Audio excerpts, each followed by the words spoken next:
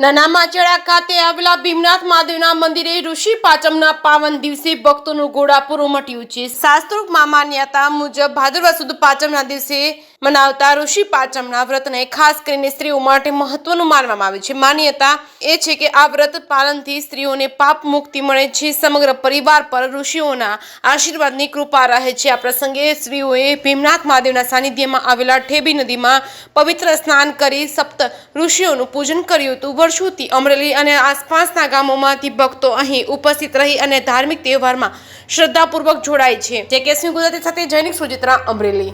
આજનો એટલો મોટો મહિમા છે કે ભાદરવા સુદ પાંચમ ને ગુરુવારે કે સવારથી માંડી અને સંધ્યા સુધી સવારમાં વહેલા બહેનો સ્નાન કરવા આવે અને નાના માચેડા ગામને આંગણે ઠેબી નદી વહે છે। તે ઠેબી નદીના તટ ઉપર સ્વયં ભીમનાથ મહાદેવનું શિવાલય આવેલું છે અને એ શિવાલય પણ બધા બહેનો દર્શન માટે આવે છે।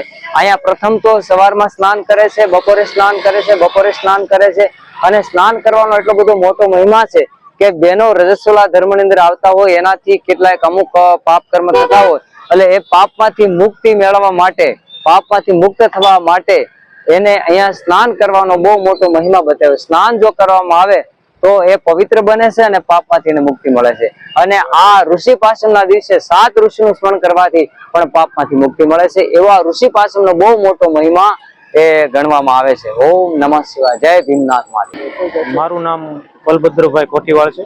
નાના માછડા ગામનો ઉપસરપંચ છું। અમારા નાના માછડા ગામથી ભીમનાથ મહાદેવ મંદિર તરફ જતો રસ્તો જે ઠેબી નદી ઉપર ઘાટ છે ત્યાં તમે જોઈ રહ્યા છો આજ હજારોની સંખ્યામાં બૈરાઓ સ્નાન કરી રહ્યા છે। તે આજે ઋષિ પાંચમ છે।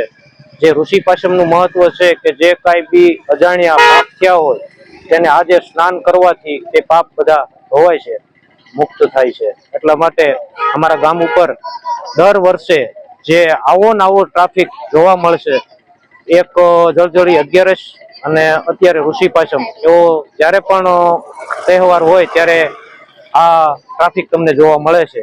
ક્યાંથી ભક્તો આવે છે? અહીંયા આજુબાજુના ગામ અને વધારે અમરેલી।